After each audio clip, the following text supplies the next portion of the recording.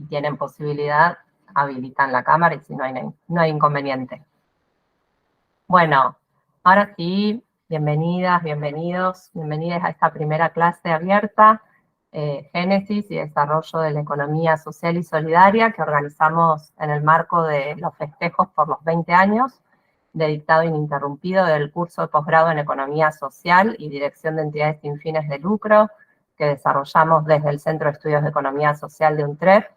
Hace pocos días dimos inicio a esta nueva cohorte con cerca de 60 estudiantes de más de 10 provincias, lo cual nos genera mucho orgullo y felicidad porque, bueno, significa la posibilidad de llegar con esta propuesta formativa a un montón de lugares y organizaciones. Con motivo de estos festejos y con la convicción de expandir más que nunca el alcance de estas temáticas que se desarrollan en el curso, es que durante este año vamos a dictar unas 6 clases abiertas, comenzando con la de hoy. Antes de contar cómo va a ser el desarrollo de este espacio, contarles muy brevemente que el objetivo de nuestro curso ha sido y sigue siendo fortalecer de manera integral a las entidades sin fines de lucro que se comprenden en este espacio de la economía social, como cooperativas, mutuales, clubes, cooperadoras, tanto en sus procedimientos como en sus dinámicas particulares y también en relación a sus finalidades y al impacto socioeconómico. En el curso abordamos diversas temáticas a partir de miradas interdisciplinarias, pero sobre todo a partir de la escucha y la reflexión sobre las problemáticas concretas que tienen estas organizaciones. Nuestro enfoque entonces se caracteriza por involucrar a los actores del campo solidario, otorgándoles voz en la construcción colectiva del conocimiento.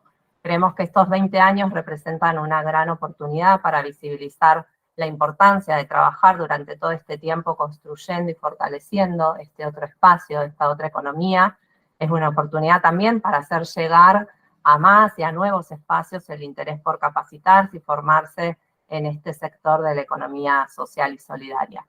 En el día de hoy tenemos el gran honor de dar inicio a estas clases abiertas junto con el creador y el promotor principal del curso de posgrado, quien traccionó en su momento esta propuesta, que hace 20 años era muy innovadora, tanto por la temática que no estaba tan extendida como hoy en las universidades, así como por el hecho de dictarla en modalidad virtual, que permitía hace 20 años también hacer accesible esta propuesta a muchos pueblos y organizaciones donde la economía social y solidaria fue creciendo y fortaleciéndose a lo largo de todos estos años. Me refiero a Jorge Braulat, que en un ratito más lo voy a presentar. Ahora, contarles brevemente, vamos a comenzar con la intervención de Natalia, luego Jorge y luego Héctor. Cada uno va a hacer una exposición de alrededor de 15 minutos y vamos a dedicar el último rato para que puedan plantear preguntas, aportes, inquietudes y demás. Las pueden ir planteando en el chat a medida que van exponiendo los expositores y al final las vamos a recoger y a compartir con ellos y con ella. Comenzamos entonces con Natalia Casola. Les cuento que ella es doctora en Historia, investigadora de CONICET, docente e investigadora también del Centro de Estudios de Economía Social de UNTREF y co-coordinadora del Archivo Histórico del Cooperativismo Argentino. Así que bueno, Nati, te paso la palabra, escuchamos con atención. Bueno, buenas tardes a todos, a todas. Qué alegría poder estar acá con ustedes en la apertura de esta nueva corte del posgrado. Justamente, además celebrando esto, los 20 años del inicio de este posgrado, así que, bueno, un honor y al mismo tiempo un orgullo y una responsabilidad en esta apertura. Bueno, yo quisiera comenzar esta intervención de cara a la apertura del curso con una reflexión que parta desde el presente, ¿no? Ustedes dirán, bueno, esta chica es historiadora, chica, digo, a favor mío hablo, ¿no? No necesariamente. Pero ustedes dirán, bueno, ella es historiadora y nos va a hablar desde el presente. Y sí, porque los historiadores siempre decimos que nuestro trabajo consiste en mirar el pasado, pero no como un ejercicio de mera erudición, sino como un espejo que se interroga desde el presente. Un espacio en el cual se buscan los hilos que nos unen con los problemas de la actualidad y donde también se pretenden encontrar respuestas, saberes acumulados que nos sirvan para actuar hoy y para modificar la realidad, ¿no? Porque en cierto sentido, como dice el dicho, si uno va a cometer errores, que no sean los mismos, ¿no? Y entonces en eso vale la reflexión sobre el pasado. El historiador Alessandro Portelli, en su biografía sobre Bob Dylan, biografía que se llama Lluvia y Veneno y que fue publicada el año pasado por la editorial de la Universidad de La Plata, afirma que salvo algunos periodos excepcionales de la historia, en las que predominó como clima, ¿no?, como mentalidad del optimismo, durante gran parte de la historia de la humanidad las personas han temido al futuro, frente a la certeza de que lo que venía podía ser peor.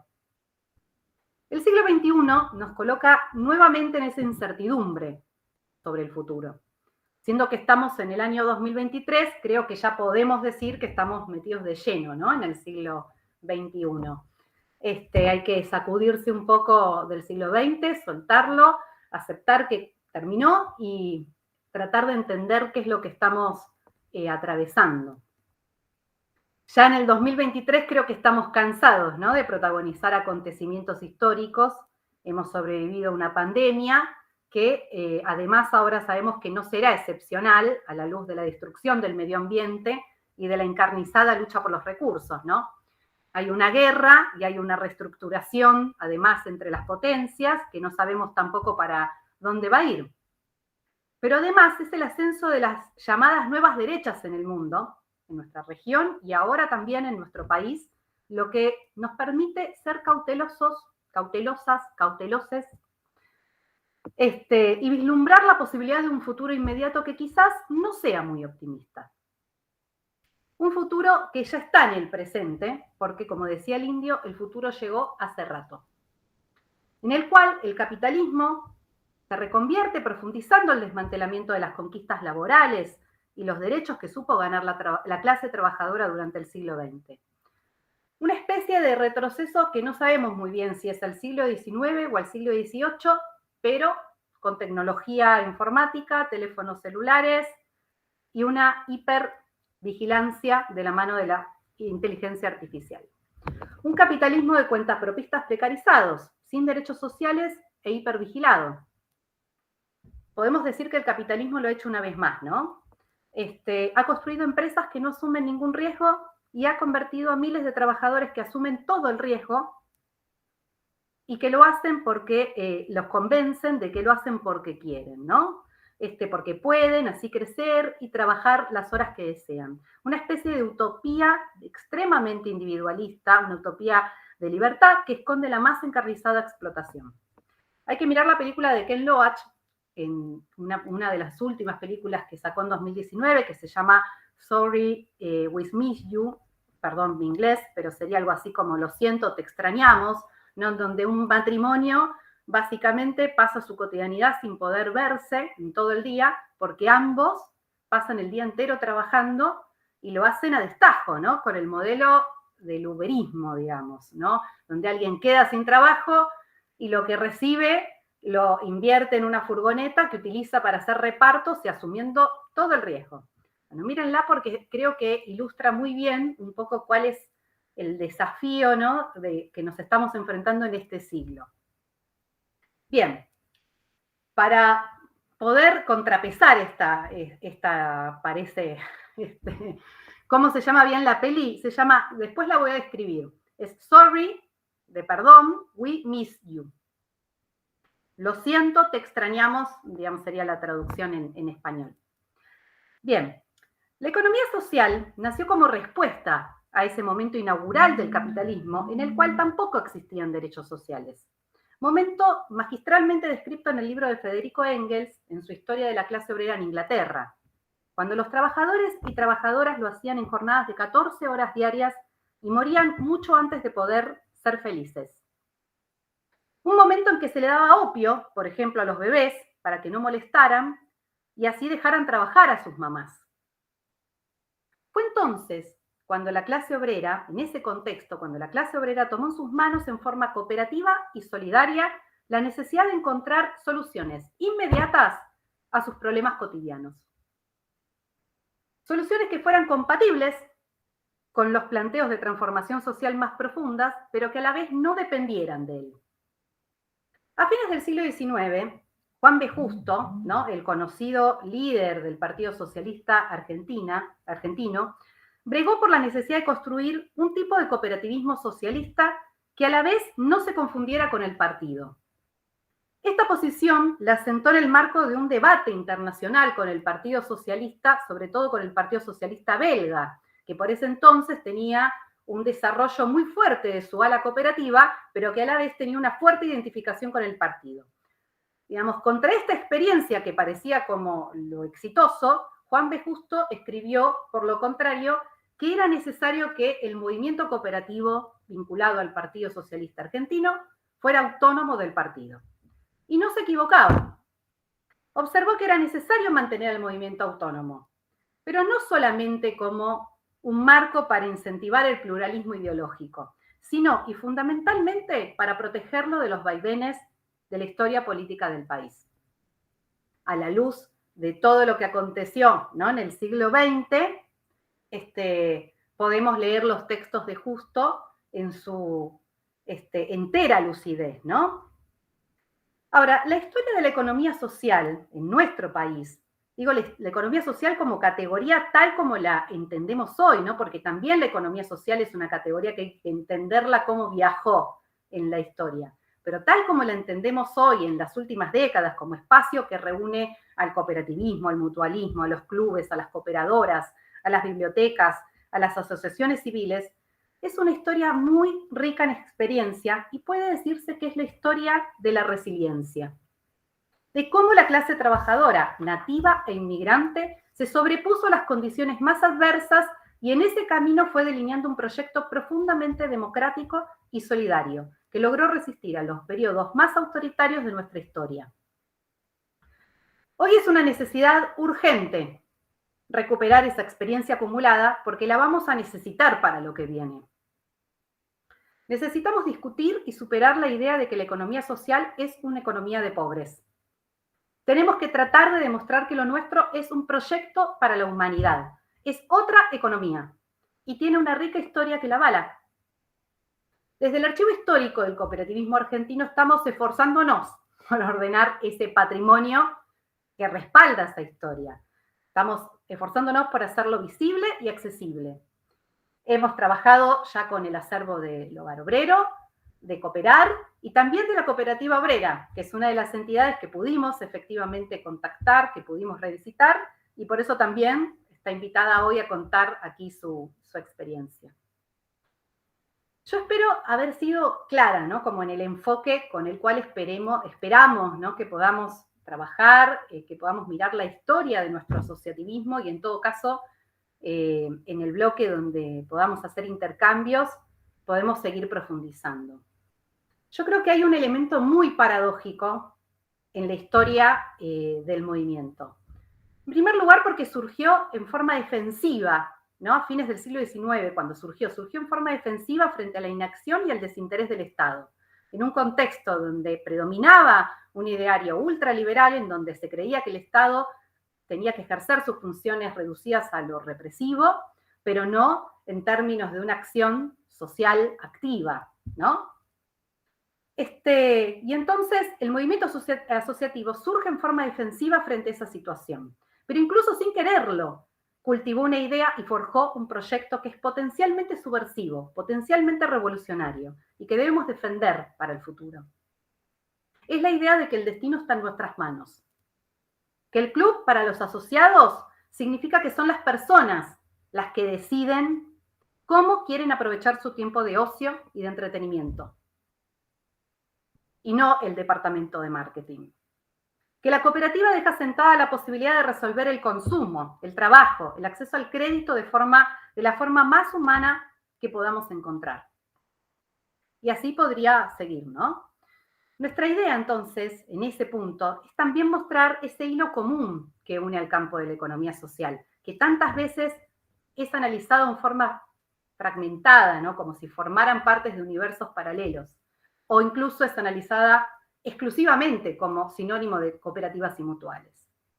Unir el fenómeno yo creo que va a ayudar a vernos menos individuales, menos atomizados y más capaces de encontrar soluciones comunes. Bueno, yo creo que esa es la apuesta con la que queremos iniciar este curso de posgrado. Gracias. Paso la palabra. Buenísimo, Nati. Muchas gracias. Gracias por cumplir el tiempo. Creo, bueno, muy potente tus comentarios que te van a completar ahora con lo que nos trae Jorge. Le voy a pasar la palabra a Jorge Bragulat, es doctor en Economía, director por muchísimos años de este curso de posgrado y del Centro de Estudios de la Economía Social de UNTREF y actual director de la maestría virtual en Economía Social, Comunitaria y Solidaria de nuestra universidad. Jorge, te dejo la palabra.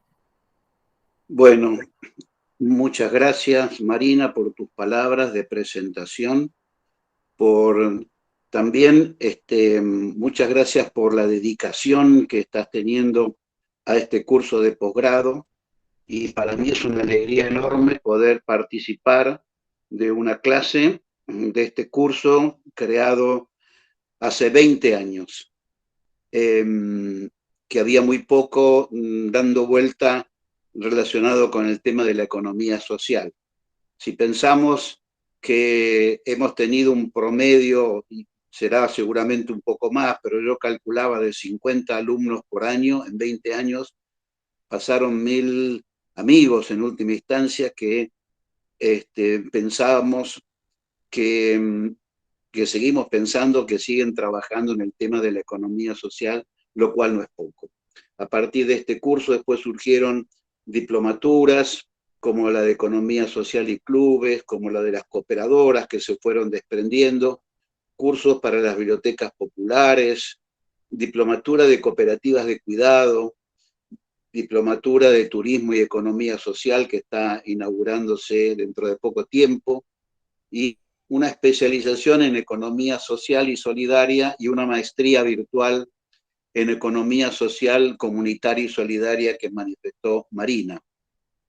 Y estamos trabajando para hacer la presentación del doctorado en economía social, solidaria, popular y comunitaria, que esperemos que tengamos éxito ante la CUNEO.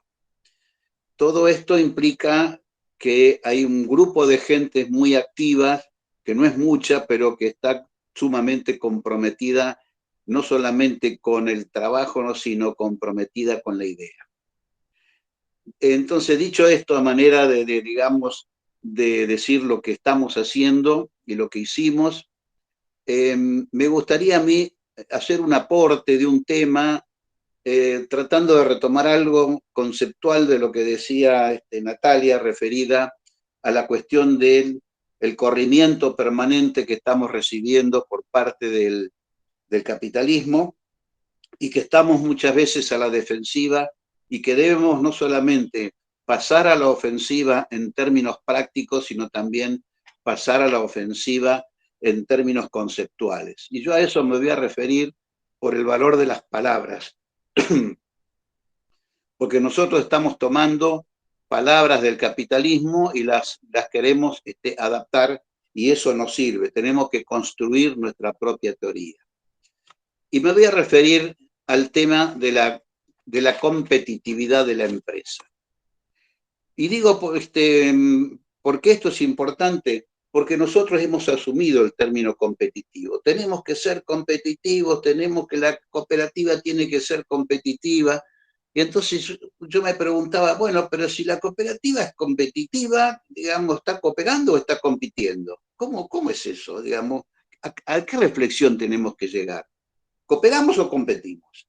Entonces, dicho esta pregunta, hay que decir que la empresa capitalista es competitiva cuando tiene unos costos bajos, tiene una eficiencia de la producción y llega al mercado con su producto y vende. Vende. Ahora, si esa empresa que vende un producto bajo la propia dinámica del sistema capitalista, digamos, sigue vendiendo mucho, abarca cada vez más y se puede transformarse en monopólica del producto que está vendiendo. La propia dinámica del capitalismo permite la creación del monopolio y es el propio Estado capitalista que le pone freno a algo que naturalmente existiría y le pone freno para decir, vamos a crear una ley antimonopolio, porque el Estado, sabiendo que la empresa capitalista tiende al monopolio, para preservar el capitalismo, el propio Estado crea una ley en contra del propio sistema que está abogando.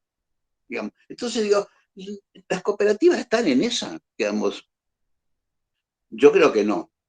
Además y fundamentalmente, la empresa competitiva está, digamos, tiene individuos que son competitivos, digamos, tiene que de alguna forma ser compatible una cosa con otra.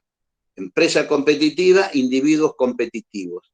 Por lo tanto, la dinámica del trabajo de la gente en esta empresa capitalista lleva a moldear a una persona que es competitiva por naturaleza o por cultura y que ese espíritu competitivo lo traslada automáticamente a todos los órdenes de la vida.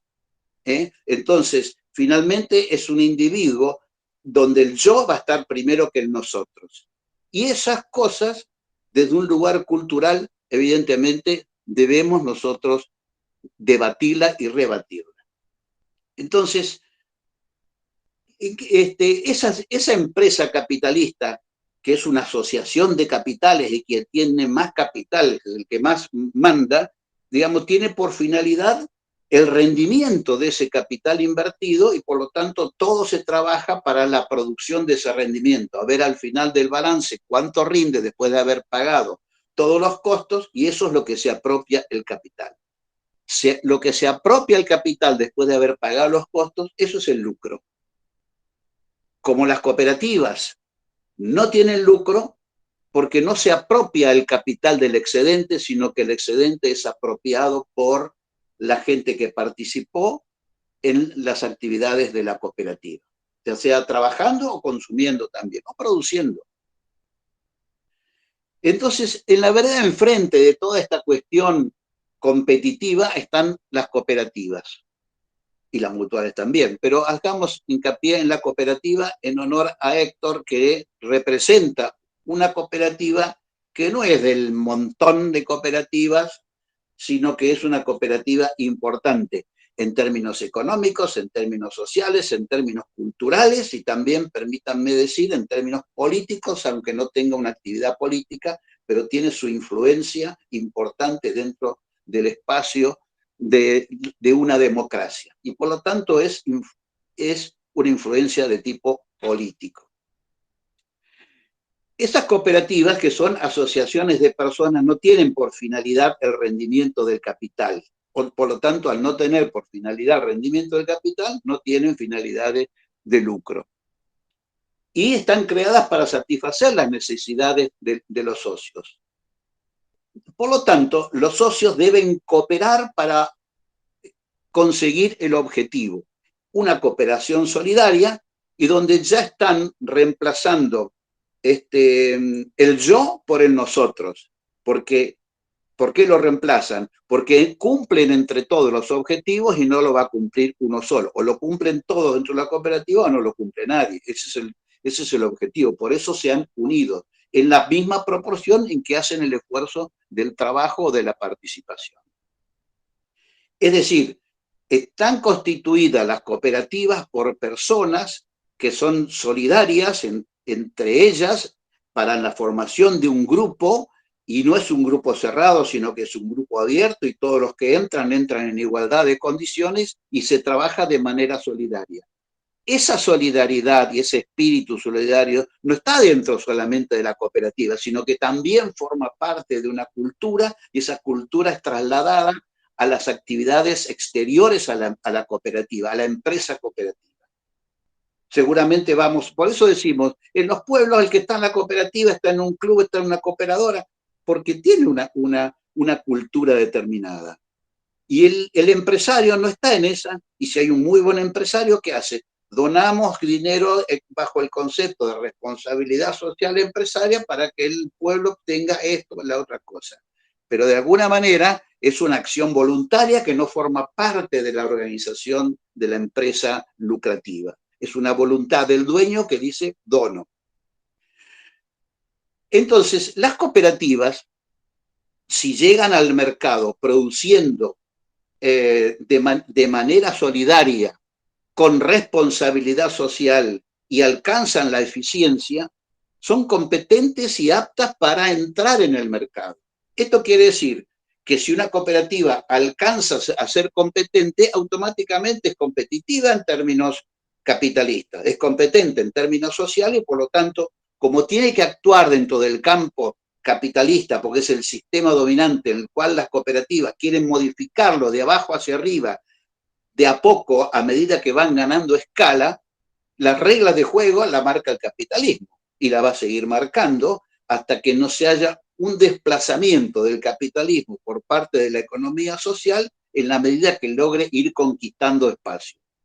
Desgraciadamente va conquistando espacios a medida que hay crisis de los sectores donde pueden transformarse en cooperativas. ¿Por qué? Porque la cooperativa es producto de la necesidad y no de la cultura y de la convicción de la gente. Porque la convicción de la gente está marcada por el sistema dominante, que es el capitalismo, y nadie va a invertir dinero por mayor de otra persona en una cooperativa sabiendo que las reglas de juego son de democracia y por lo tanto el que tiene más dinero tiene un voto igual que el que tiene menos dinero.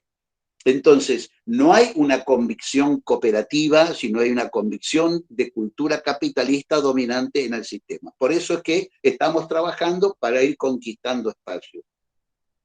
Entonces, si la cooperativa es competente, automáticamente es competitiva, en términos capitalistas. ¿Esto qué significa? Vamos a poner un ejemplo, para ver qué es lo que estamos construyendo. Vamos a suponer una empresa capitalista que produce el mismo bien o servicio que una empresa cooperativa. Produce el mismo bien, tiene los mismos costos, pero deciden venderlo al mismo precio. Entonces, las dos actúan en un espacio, pero ¿qué es lo que está construyendo una y otra? Una empresa lucrativa está construyendo un tipo de sociedad distinto que lo que está construyendo la empresa cooperativa. Construye un tipo de sociedad distinto porque está compuesto por personas con otros valores que no son los mismos que la empresa capitalista. Entonces, esa construcción social que se hace a partir de la economía, digamos, estamos construyendo cosas distintas.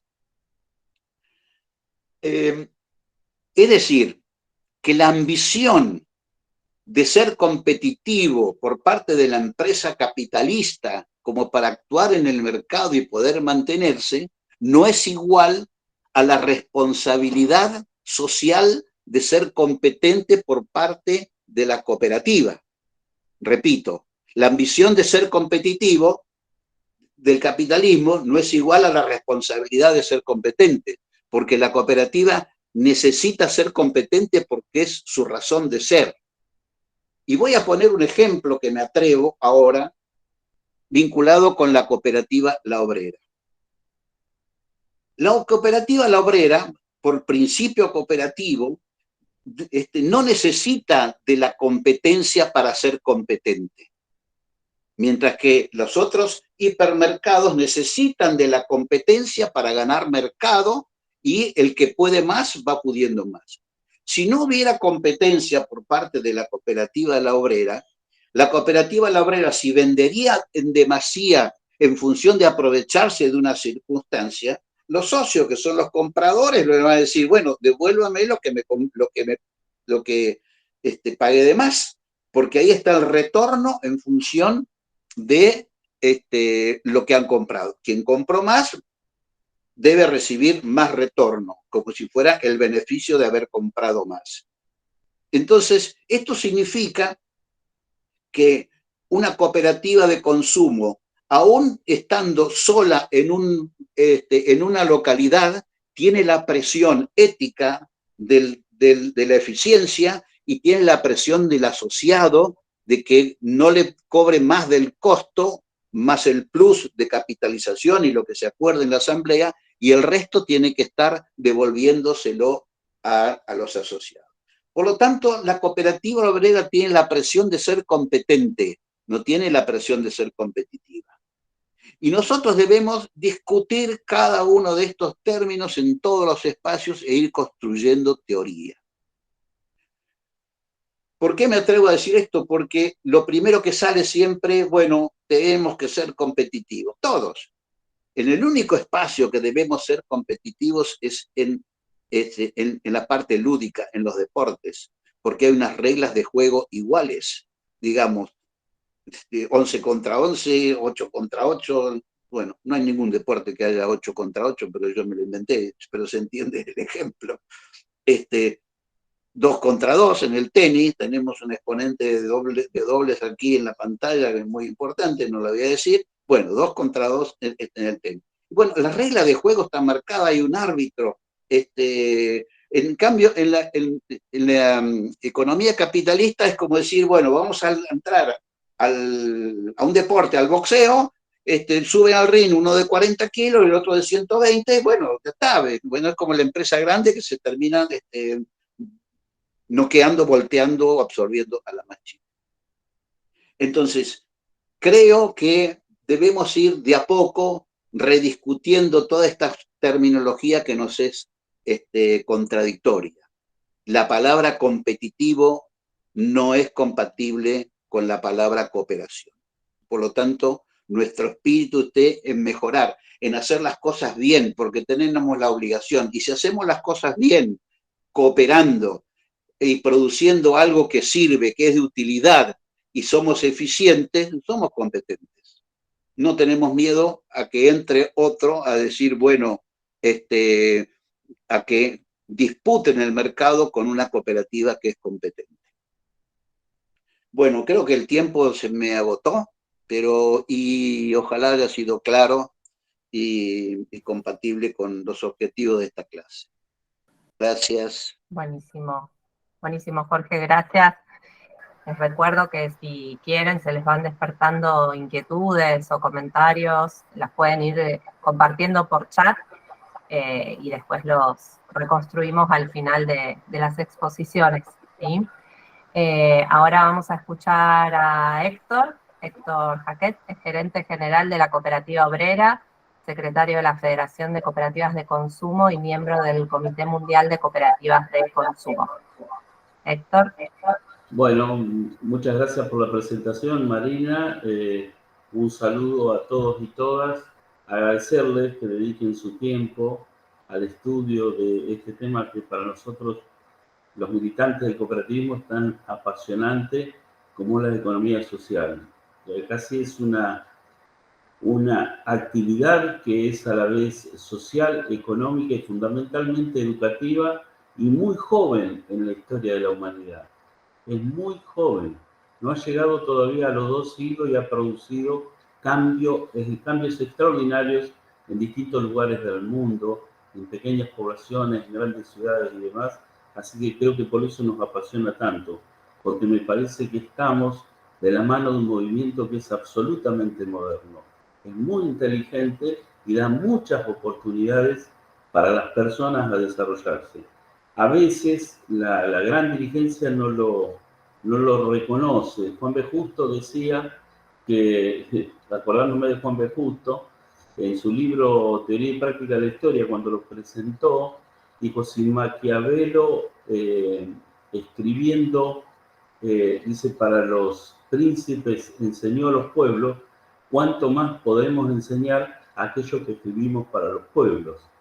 Entonces, haciendo un parangón, aquellos que trabajamos en actividades económicas y sociales vinculadas estricta y directamente con la participación de la gente, generamos y se genera alrededor de nuestras organizaciones una riqueza económica y social extraordinaria.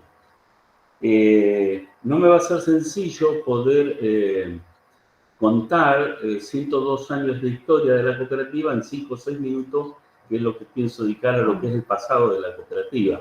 Pero van a encontrar mucha información en la página de la cooperativa, que es cooperativaobrera.co, y aparte van a tener la posibilidad, tanto vía el profesor Bragulat o Marina, de acceder a contactos con la obrera y siempre bien predispuesto para brindar la información que fuera necesaria.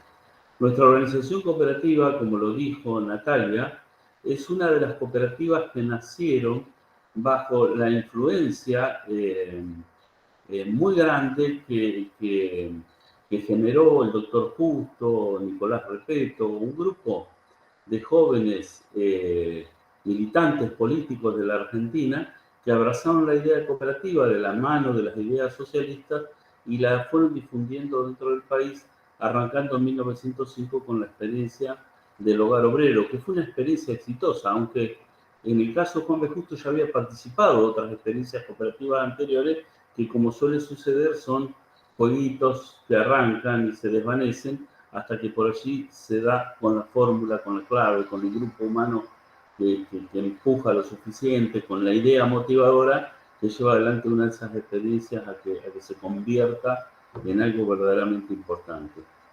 Esa influencia que había llegó a Bahía Blanca, ¿de la mano de qué? De los obreros ferroviarios fundamentalmente. Y no era una casualidad. Había de algún modo en el ferrocarril que estaba en manos de los ingleses algún tipo de tolerancia a las actividades de las cooperativas, independientemente de las actividades sindicales, que eran mucho más perseguidas. ¿Por qué? Porque las cooperativas nacieron en Manchester y nacieron de la mano del ferrocarril. Manchester es una zona de Inglaterra, de un ambiente muy húmedo, de terreno muy blando, con una producción de turba muy importante, la turba necesaria para la fuerza motriz de la época. Digamos, tanto la turba como el manejo que hizo el ser humano de la fuerza del vapor transformaron el mundo, generaron la revolución industrial. Sacar esa turba de Manchester, de esa zona, era muy difícil y la sacaban para distintos lugares del mundo en carros cuyas ruedas estaban sobre rieles para que no se hundieran en el fango. Luego fue cosa de acoplar lo que era la fuerza del vapor, la primera locomotora, la primera máquina que se movía sola y engancharla a esos carros y así comenzó la vida del ferrocarril.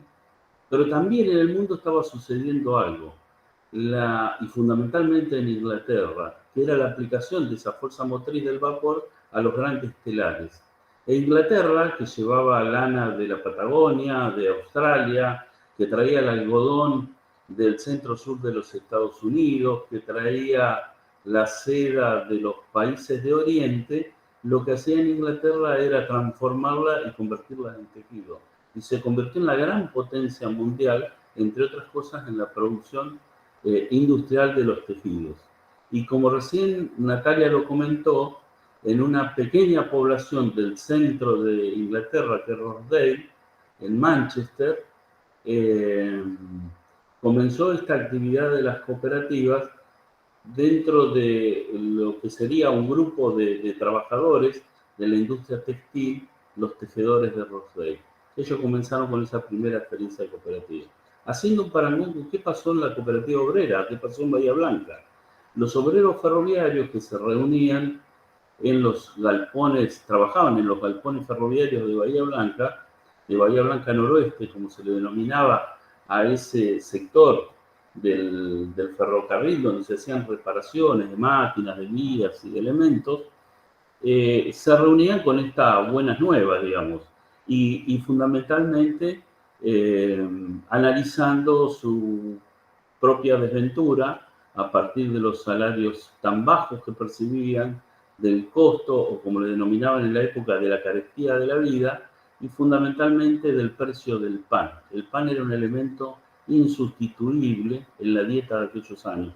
Estamos hablando del año 1918, 1920, hasta que alguien en algún momento tiró la idea de conformarse en una cooperativa para producir pan.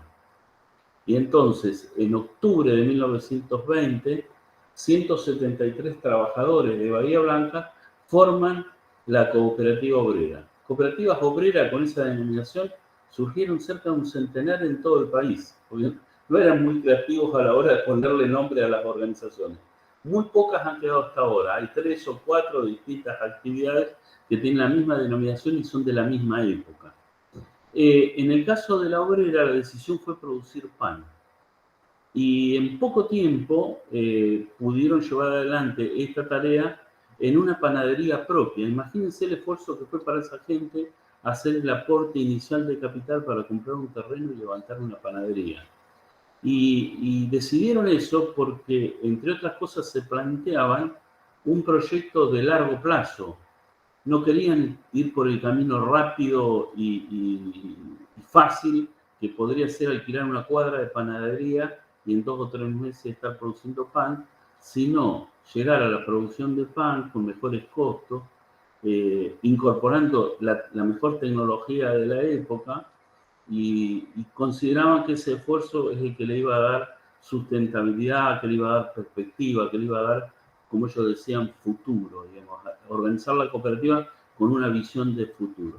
Y es así que el 1 de mayo, elegido especialmente el 1 de mayo de 1922, se distribuyó por primera vez pan desde la panadería de la cooperativa obrera.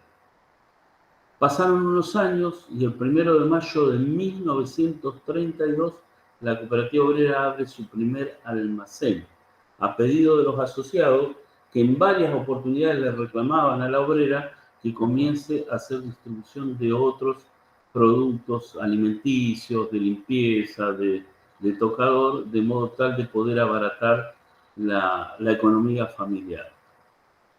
La cooperativa abrazó los principios de Rochdale, que son los que hoy identifican a las cooperativas en el mundo.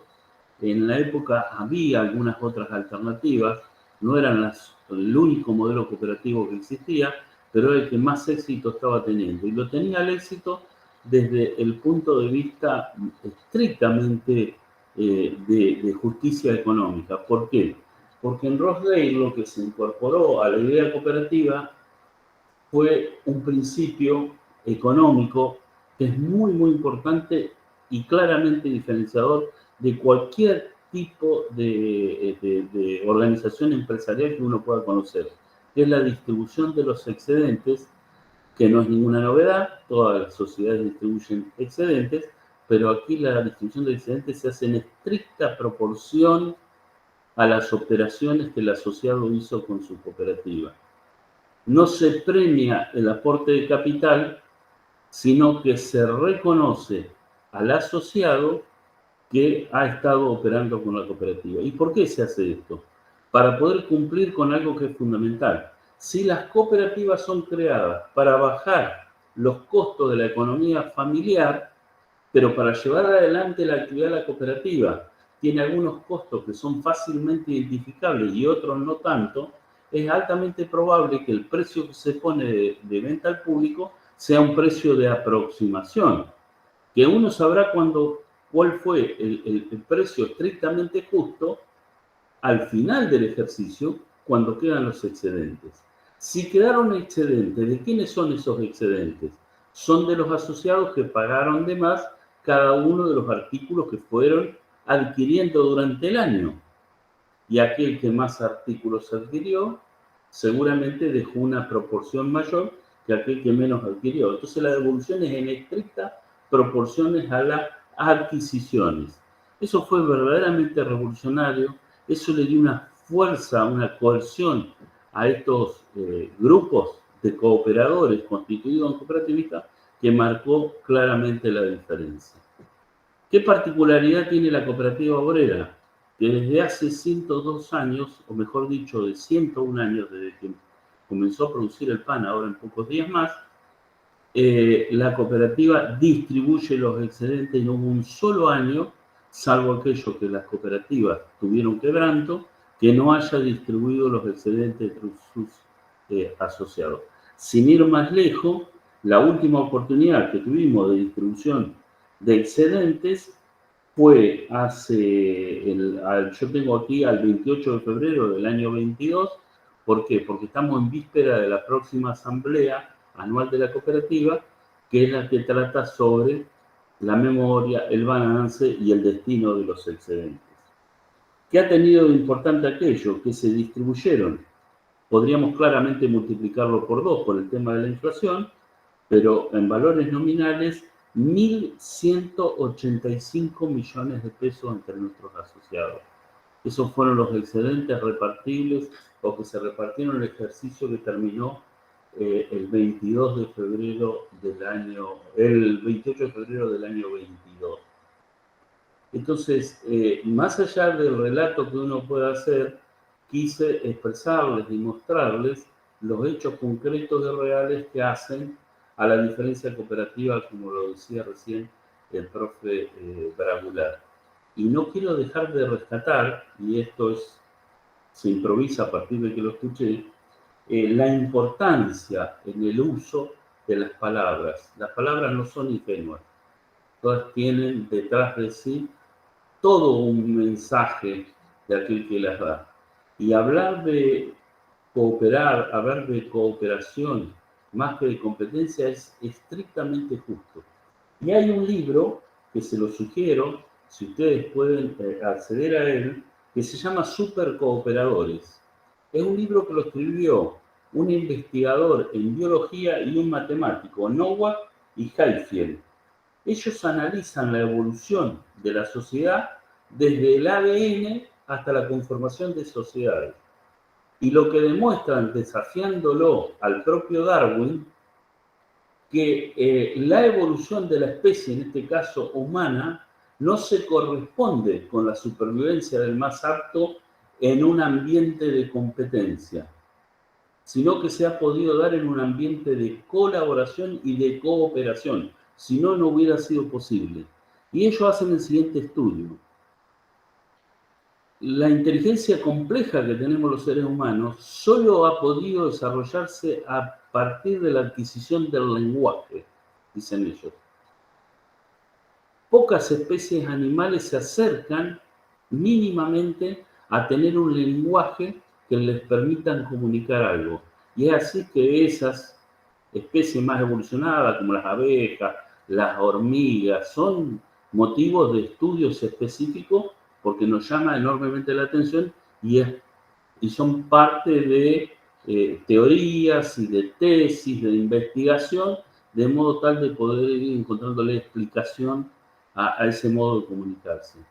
En el ser humano, la comunicación llegó de la mano de justamente de la colaboración o de la cooperación. Ellos lo que sostienen es que no hubo manera de desarrollar el lenguaje, que es la puerta de entrada al análisis y a la inteligencia más compleja, es el lenguaje. No había manera de obtener lenguaje si no había un acuerdo entre dos individuos para que un sonido único en el que estamos los dos de acuerdo identifiquen un objeto, un hecho, una circunstancia, una medida o lo que fuera. No hubiera habido un modo posible de que el ser humano desarrolle la inteligencia como lo ha desarrollado si no hubiera sido naturalmente cooperativo. Que por naturaleza el ser humano es cooperativo. ¿Por qué produce tanto daño el capitalismo? ¿Por qué sentimos tantas heridas a partir del desarrollo del capitalismo? Porque es la forma más antinatural de desarrollo de la humanidad. Porque todo termina siendo artificial y artificioso. Y lo traigo a la actividad que tienen las cooperativas. ¿Por qué lo traigo a la actividad que tienen las cooperativas, particularmente las nuestras? Porque una de esas caras que muestra el capitalismo, su deseo irrefrenable de obtener renta, es el consumismo. Y el consumismo es una deformación de la necesidad de consumo que tiene el ser humano, que es una necesidad natural que las cooperativas las atienden y por eso han surgido cooperativas de consumo. Pero el consumismo, aquel que apela a tener una renta desenfrenada a partir de esa necesidad creada de consumismo en las personas, que se hace a través de la mass media, a través de las redes sociales, generando necesidades de cambiar la tecnología de la que disponemos permanentemente, y en aquellos casos que no podían lograrlo a partir de, como en la moda o lo que fuera, de una necesidad emocional, lo terminaron resolviendo de otro modo, con la obsolescencia del equipamiento tecnológico que tienen los aparatos. Solo les bastó ponerle, digamos, una fecha de vencimiento, una vida útil a los chips, a a los elementos tecnológicos que tienen nuestros televisores, nuestros celulares y demás. Y a veces, como con eso solo no alcanza, lo que han creado es la necesidad de la renovación permanente del software que les da vida. Entonces, para poder soportar las nuevas versiones de software, uno tiene que estar permanentemente cambiando esa tecnología. En una carrera desenfrenada que no sabemos a dónde nos lleva, contaminando el planeta, poniendo en riesgo el futuro de la humanidad y obteniendo renta. Entonces, ¿cuál es? Y aquí estoy llegando al punto de cuáles son los desafíos que tiene una cooperativa de consumo para los años por venir. Y esos desafíos tienen que ver con lo siguiente. En primer lugar, darle sostenibilidad, en el caso nuestro, a una organización que ocupa 4.500 empleados en forma directa y genera trabajo a más de 6.000 personas.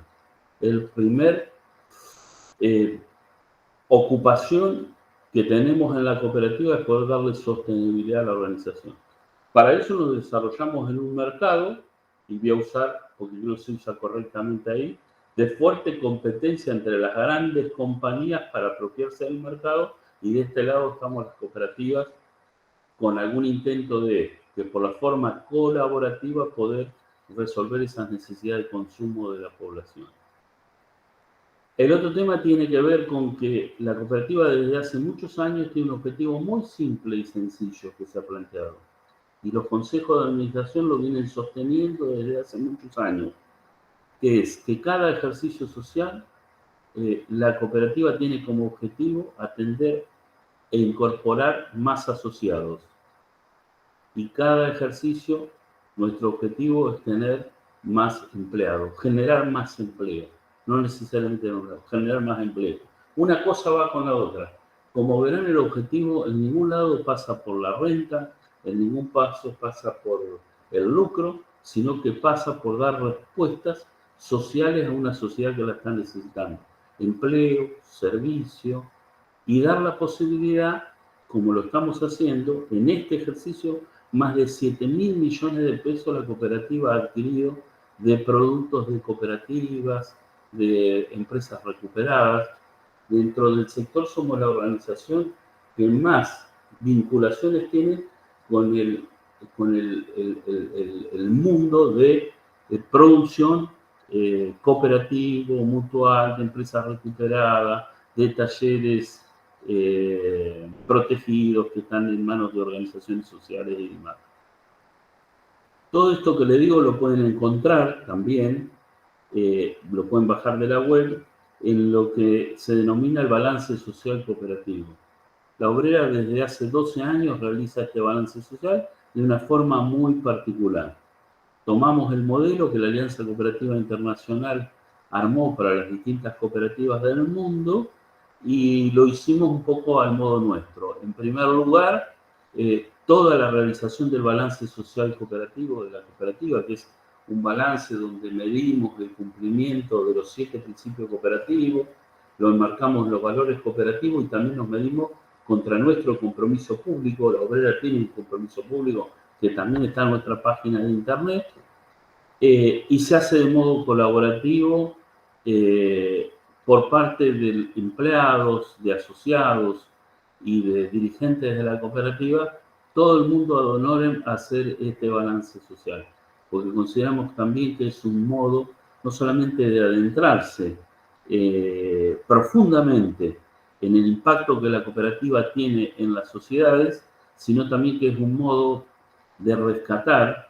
inquietudes, las propias críticas que nos hacemos internamente, de fijar nuevos desafíos, de ir un poquito más allá.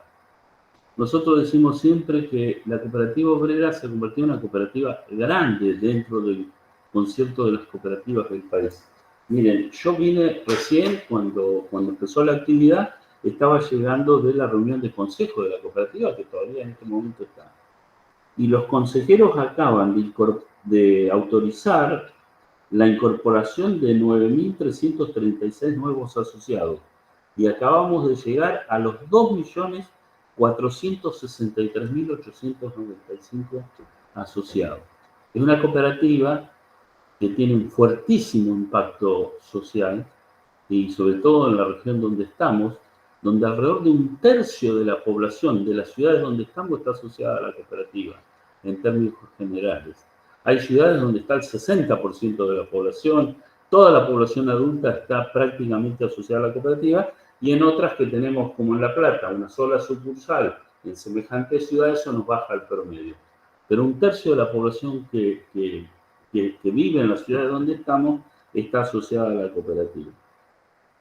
Y vuelvo a esto, nosotros decimos, la cooperativa con sus 102 años, con la actividad y con la administración que han hecho nuestros antecesores, la han puesto en este lugar. Y eso nos llena de compromiso. Y lo resumimos en una frase también muy simple. Nosotros decimos que cuanto más grande, más cooperativa. Más grande, más cooperativa. Más factura la cooperativa, más distribución, porque la palabra que nosotros usamos es distribución. Más distribución tiene la cooperativa, más acciones cooperativas tenemos que hacer. Porque hemos visto desde aquellas cooperativas belgas de las que hablaba Juan Bejuto hasta ahora caer muchas cooperativas, porque en el camino de hacerse grandes organizaciones económicas, en el camino han perdido los principios cooperativos, la vigencia de esos principios, ese arraigo con lo social que es necesario, porque es el que la justifica, el que la sostiene y que la legitima a la cooperativa, el para qué estamos. Así que eso es un poco lo que puedo decir que es la cooperativa obrera, con una pincelada sobre una historia muy rica de la organización, con un presente que nos ha traído hasta aquí y un futuro con estos compromisos. Y por último quiero decirles lo siguiente. Ustedes habrán escuchado que Marina hace un ratito mencionó que soy parte del Comité Mundial de las Cooperativas de Consumo. Hay 9 cooperativas del mundo ahí. Y algunas ni siquiera son cooperativas de primer grado, como la Asociación Nacional de Cooperativas de Consumo de Italia, sino que es una asociación de cooperativas. Y la obrera tiene un lugar así, no es por mí de ninguna manera, olvídense, es por la trayectoria de esta entidad reconocida a nivel mundial, en este momento por las actividades que tiene en todo el continente latinoamericano, ya ni siquiera latinoamericano. Y eso ha hecho que seamos parte de ese comité, y en ese comité, y es lo que les quiero contar, que es el desafío del futuro, que lo hemos planteado nosotros, es una inquietud que hemos llevado desde Bahía Blanca, desde la cooperativa obrera, a las cooperativas de consumo del mundo, que dicho sea de paso, si quieren y pueden, y hoy con las facilidades que da la internet, pueden encontrarse con una información extraordinaria. La principal cadena de distribución de productos de Italia es la Copitalia. La principal de Finlandia es la SOC, la cooperativa finlandesa. La número 1 de Suecia es la KF de Suecia. Las cooperativas son número 1 en la distribución en muchos países del mundo. Acá apenas si somos el 4% y fracción de la distribución. En esos países hoy están liderando la distribución. Están mucho más avanzados, han tenido otras posibilidades y demás. Y nosotros en el camino hemos perdido el hogar obrero, que en su momento era el líder de la distribución del país. Pero ¿qué les quiero decir? Y que tiene que ver con el futuro. Que la nuestra no es una organización cooperativa que tiene supermercados. Yo siempre a los funcionarios, a los más nuevos, les hago la pregunta. Decime qué es la cooperativa. Entonces van todas las definiciones, la cooperativa, hacemos, bueno, pero ¿qué hacemos? Contame qué hacemos. Y somos una cadena de supermercados. Error. Nosotros somos una cooperativa de consumidores. Hoy la distribución se hace a través del supermercado. En 20 años no lo sé. Es más probable que sea todo a través de la web. Entonces nosotros permanentemente tenemos que repensar el rol que tenemos como cooperativas de consumo. ¿Y a qué punto los quiero llevar? En este momento, con el consumo vía la web, y cuando digo consumo no solamente la compra de alimentos, productos de tocador, un televisor y demás, el consumo de libros, el consumo de la televisión, de la música a través del Spotify y demás, va dejando información no solamente personal de cada uno de nosotros, sino está dejando información permanentemente en base de datos sobre nuestras conductas, al punto tal que hoy, para rentabilizar, las grandes compañías han encontrado en esto una posibilidad de obtener rentas muy buenas. Eso se le llama minería de datos y se vende esa información, porque lo usan las grandes compañías. Ahora bien, si las cooperativas, que estamos entrando en ese segmento que también es la distribución vía la web, no somos organizaciones con fines de lucro. ¿Cuál es nuestro rol frente a esa situación? Nuestro rol tiene que ser el uso responsable y el cuidado de la información que nuestros asociados, los consumidores, van dejando en el intercambio con la cooperativa a la hora de hacer sus compras a través de la copencasa.com, de copiogar.com y demás. Ahora, ¿alcanza con tener buena voluntad y expresar el compromiso de diferenciarse de la empresa capitalista que esa información la vende al mejor postor para, desde campañas electorales, campañas para vender tales productos, para desarrollar tales o cuales cosas? No alcanza solamente con la expresión y compromiso. Para eso la cooperativa, con un esfuerzo bastante grande, ha desarrollado sus propios sistemas informáticos. Somos el único caso del país y de los pocos que hay en el mundo que todo el sistema informático que maneja la cooperativa, stock, distribución de mercadería, inventarios, pedidos automáticos, todo el sistema de cobro vía las cajas registradoras y demás, homologados por las grandes compañías del mundo que homologan estos sistemas, lo ha desarrollado la obrera con personal propio para sí. Y no solo eso, lo hemos hecho todo en software libre, bien rebelde con la economía que hoy domina el mundo, todo en base a software libre. Y hemos dado un paso más adelante. En los últimos años hemos hecho una inversión muy grande, con un esfuerzo muy grande, y hemos generado en un edificio, que hoy es un edificio modelo en el país de desarrollo de sistemas informáticos, hemos incorporado equipamiento que nos permite tener más de 50 terabytes de memoria disponibles, y eso significa que tenemos nuestra propia nube. Toda la información que un asociado de la cooperativa deja cuando compra un televisor vía internet, un celular o un paquete de Sherman en la cooperativa está bien resguardada en equipamiento de la cooperativa, con un uso responsable de lo mismo y demás. ¿Qué le hemos planteado al Comité Mundial de las Cooperativas de Consumo que creemos que es el futuro? La necesidad de que las cooperativas puedan certificar y asegurarle a sus asociados consumidores que no va a lucrar con la información que quedó de los intercambios que han hecho entre los asociados y las cooperativas. Lo que primero nos parecía una idea que vamos a ver cómo la va a tomar, la tomaron con mucho entusiasmo la Asociación de Cooperativas de Consumo de Japón y de Finlandia. Y hoy ya estamos trabajando en un grupo de trabajo para lograr esa certificación. Disculpen la tardanza, pero quise hacer un poquito de historia, un poquito del presente y cómo estamos mirando el futuro desde la perspectiva cooperativa. Excelente, Héctor. Muchísimas gracias. Gracias a los tres. Ahora recuperamos comentarios que están por el chat.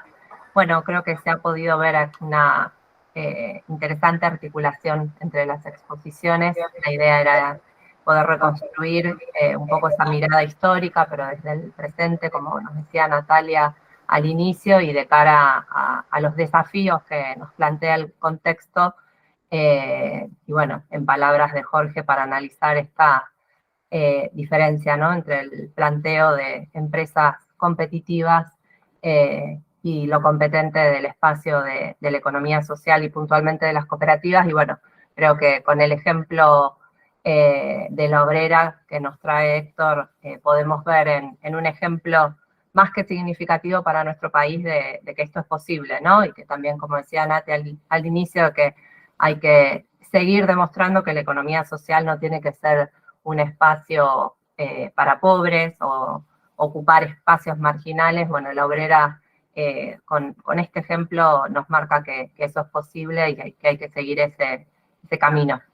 En cuanto al curso de posgrado, que creo que también nos sirve para todas y todos quienes están cursando, como para poder poner en palabras y en ejemplos varios ejes que se van desarrollando en esta primera unidad y que, bueno, en las próximas las vamos a seguir bajando a tierra cada vez más con los ejemplos que vamos a ir analizando. Ahora la idea es, si tienen preguntas, comentarios, pueden ir levantando la mano con el botoncito y les vamos dando la palabra. Acá recupero un comentario de William, que es un estudiante de nuestro curso. Bueno, William, si querés comentarlo, justo iba a contar que el curso de posgrado tiene colegas del Ecuador que lo hacen también muy interesante en el intercambio, así que te dejo la palabra si querés comentar o preguntar algo. Sí, muchas gracias, Marina. ¿Me escuchan? Muy buenas tardes. Sí. Ok, profesor Pragulat, un gusto distinguirle, y Natalia, a todos quienes están ahí. Sí, estamos de Ecuador, 2 personas con esta bonita oportunidad de adelantar este curso de posgrado. Y felizmente aquí en el Ecuador, en diciembre del año pasado, hubo un cambio a la ley de la economía popular y solidaria, y esta ley está muy orientada a fomentar el tema del cooperativismo no financiero. El Ecuador es un país muy fuerte en cooperativismo financiero, es un referente en Latinoamérica, y ahora hay un gran reto aquí en el Ecuador con este cambio a la ley, un reto de las instituciones como la Superintendencia de la Economía Popular y Solidaria, los ministerios, el mismo sector no financiero, que tiene mucho que aportarnos en este tema, para empezar a un camino de forjar el cooperativismo no financiero en el Ecuador. Ustedes en Argentina tienen una experiencia de 100 años, yo estuve revisando estos documentos tremendamente interesantes que nos están compartiendo, y toda esa historia interesante de cómo nace el cooperativismo allá en Argentina. Yo tengo el referente de mi país, Colombia, del cooperativismo alrededor de diferentes gremios, como el sector cafetalero en Colombia, y nuestro referente aquí al lado del Perú también con el tema del cooperativismo. Entonces, nosotros estamos empezando a caminar un proceso de cooperativismo para nosotros como estudiantes esto va a ser tremendamente interesante porque nos va a dar muchos insumos. De pronto, más adelante compartir mucho más sobre la asociatividad del Ecuador, cómo está estructurada esa asociatividad, cómo vemos el desarrollo del cooperativismo, pero en aras al tiempo quería hacer inicialmente este corto comentario, ¿no? Esa buena noticia, y que esperamos que esa ley surja efecto en términos de operatividad, es decir, urgentemente el Ecuador, y especialmente yo estoy muy más en la línea del sector agropecuario, cientos de miles de familias de campesinos están asociados, pero vemos en el tema del cooperativismo una oportunidad, es decir, a mí me parece que el cooperativismo es la expresión es empresarial de lo que es la economía social, ¿no? Y eso lo aprendí cuando trabajaba en Colombia en la Federación Nacional de Cafeteros de Colombia. Eso por el momento, y bueno, muchas gracias y bonita oportunidad de estar compartiendo con ustedes. Gracias, William, por sus comentarios, su aporte. Marina, si me permitís, respecto a lo que decía William, cortito, sí, claro. Nos acaban de invitar del Instituto Iberoamericano de Cooperación para la Producción Agrícola, que es un instituto que está vinculado a la Asamblea de las Américas, que la constituyen los estados americanos, para que el movimiento cooperativo de producción agrícola y de consumo podamos trabajar en una comisión permanente para desarrollar propuestas concretas para la sostenibilidad alimentaria en la región. ¿Por qué hago este comentario? Porque a veces los cooperativistas no logramos apreciar lo que ya el mundo está viendo en las cooperativas, como la última resolución que acaba de sacar las Naciones Unidas, que también recomiendo verla o leerla, porque hay una mirada de una parte del mundo sobre el cooperativismo y es una mirada de esperanza sobre este tipo de organización.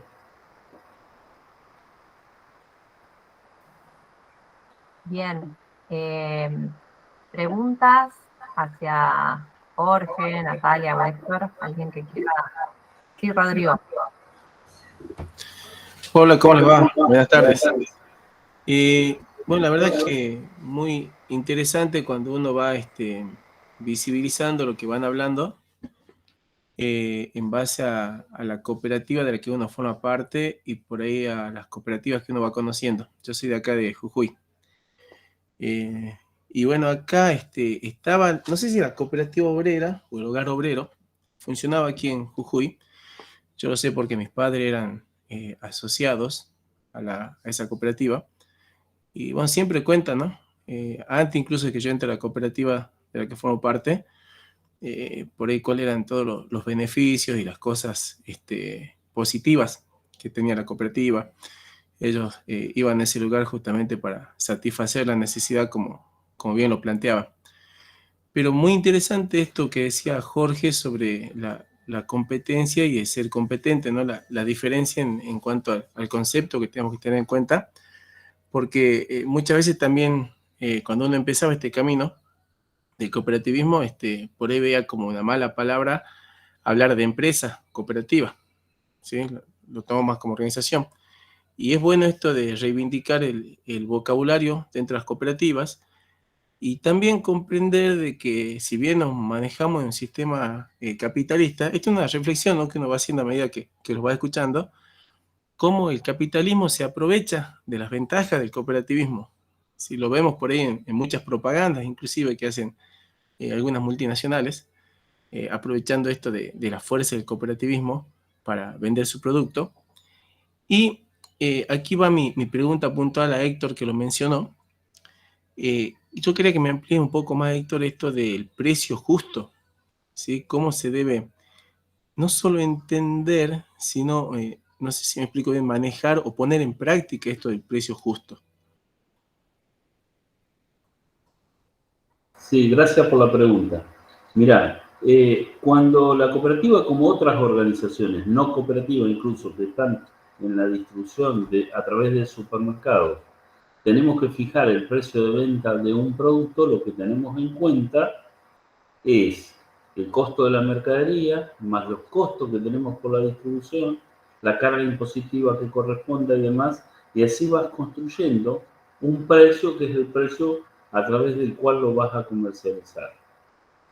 En la medida que va pasando el tiempo y uno va sosteniendo ese precio, lo que termina es configurando más que un indicador, sino un índice que termina siendo el margen con el que vas a aplicar a ese producto. O sea que el margen o la marginación que se hace es cuánto le tengo que aplicar en términos de porcentaje al precio de costo de un producto para cubrir todos esos gastos necesarios para la distribución, para que el producto esté a disposición del asociado consumidor en la góndola. Y ahí se incluyen varios temas, no solamente los costos, sino también temas que tienen que ver con la manipulación. Digamos, si el producto produce mermas, si las mermas son naturales, como puede ser la deshidratación de la lechuga, o se ponen feos los tomates, o si las mermas se producen por el manejo, la manipulación, o la escuela. Todo eso constituyen los costos de la cooperativa y que van cargados de ese producto. Pero muchos de esos costos terminan siendo costos que se calculan por aproximación, por la historia que venías trayendo. En el medio vos tenés procesos de mejora para mejorar tus mermas, para mejorar tu logística o lo que fuera. Hay una dinámica permanente y el precio que uno llega siempre es un precio aproximado.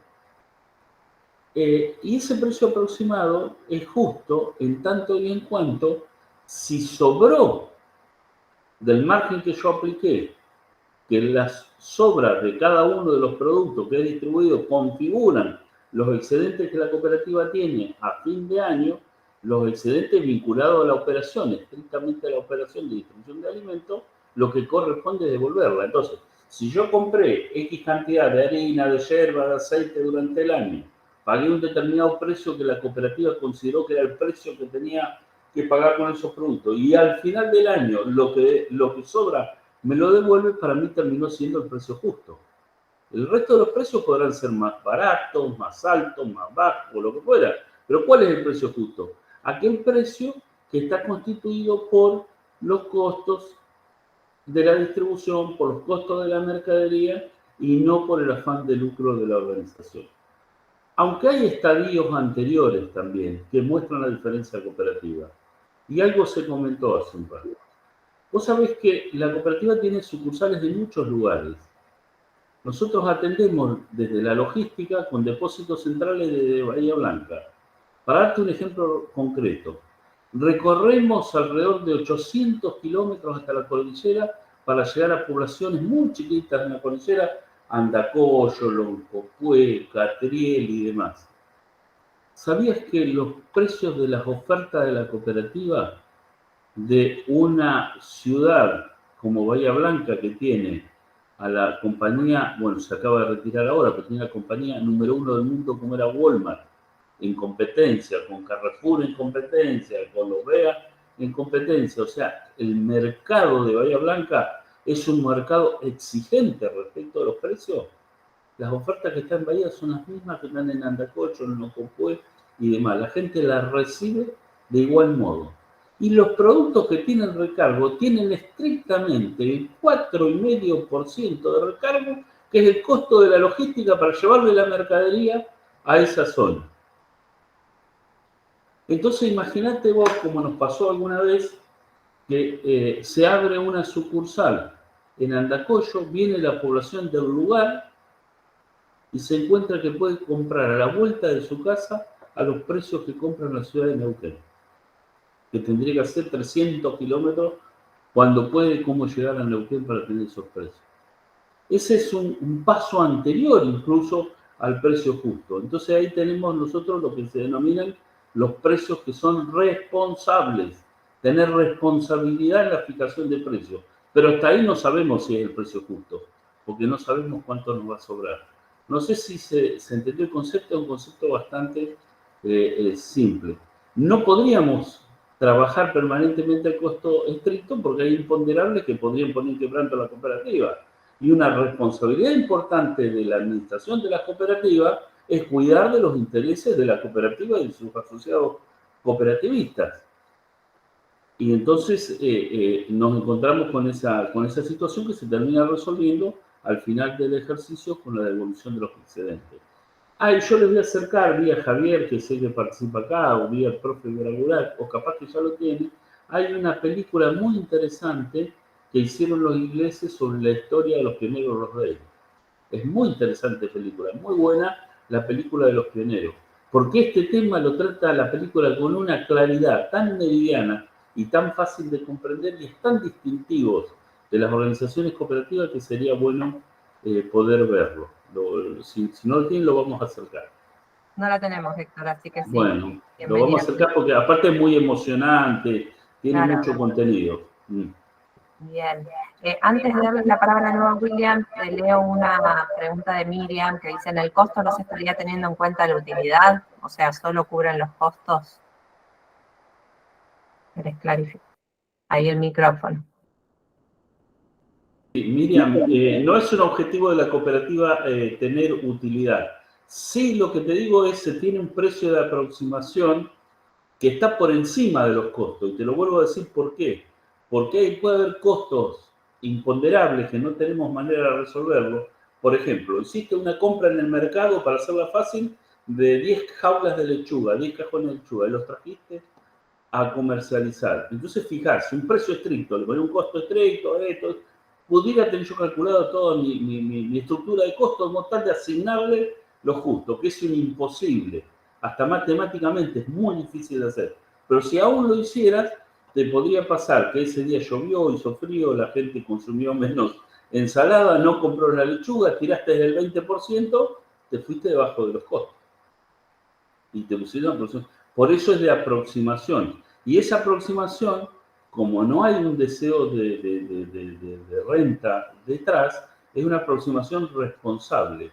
Por eso la cooperativa, entre otras cosas, somos una cadena que si uno hace un análisis de cotejación de precios, nosotros lo hacemos permanentemente en todos los lugares que estamos, somos de los supermercados más económicos que hay en las plazas, en las distintas plazas.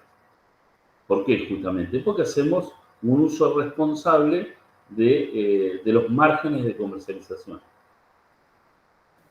Miriam, ¿querés seguir con y que levantaste la mano? No sé si querías agregar o qué.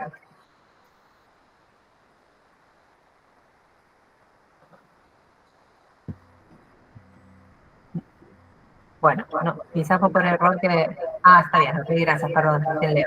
William, te doy la palabra, si puede ser sintético, que ya estamos cerrando así ustedes. Sí, yo quería aprovechar de hacer una consulta rápida al profesor Bragulat.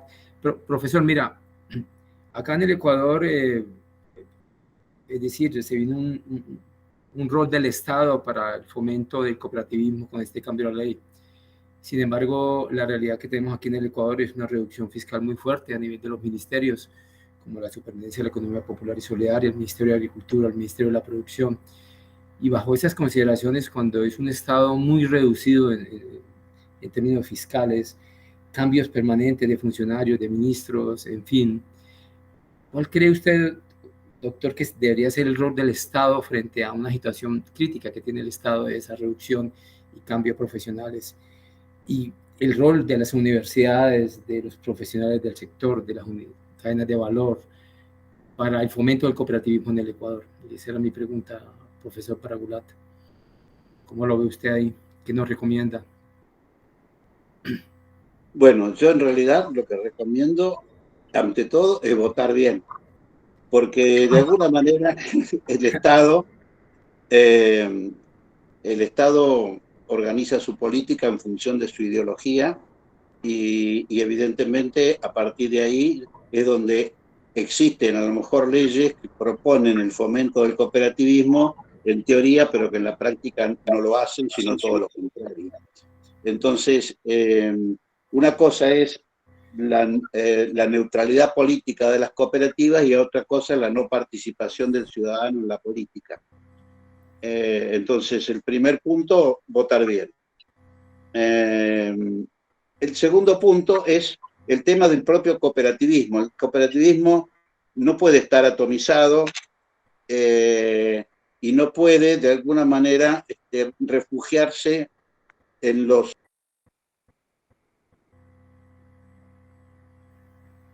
Hola. Me parece que se salió Jorge.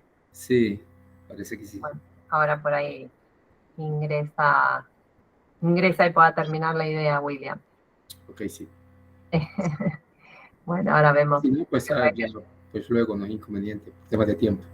Sí, no hay problema. Después, si no, te envía el final de su idea, se la hacemos llegar al curso.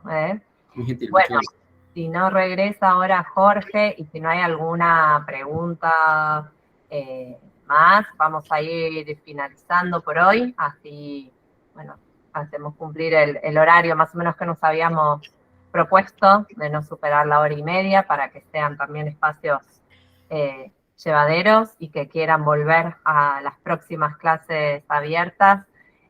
Vamos a estar invitándolas para la próxima, que va a ser cerca de fin de mes, a la brevedad, ya la estamos terminando de organizar, así que esperamos contar con su presencia y sepan que pueden difundirla, invitar a compañeras y compañeros de sus espacios institucionales, organizaciones y demás.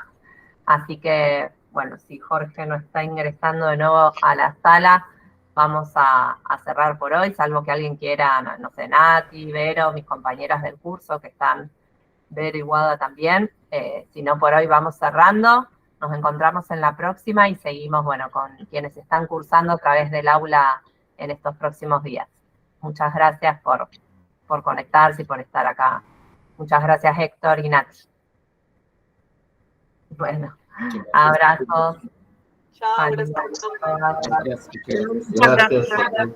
Chao, gracias. Chao, muchas gracias. Chao. Muchas gracias, hasta luego. Gracias, hasta luego. Gracias, muchas gracias.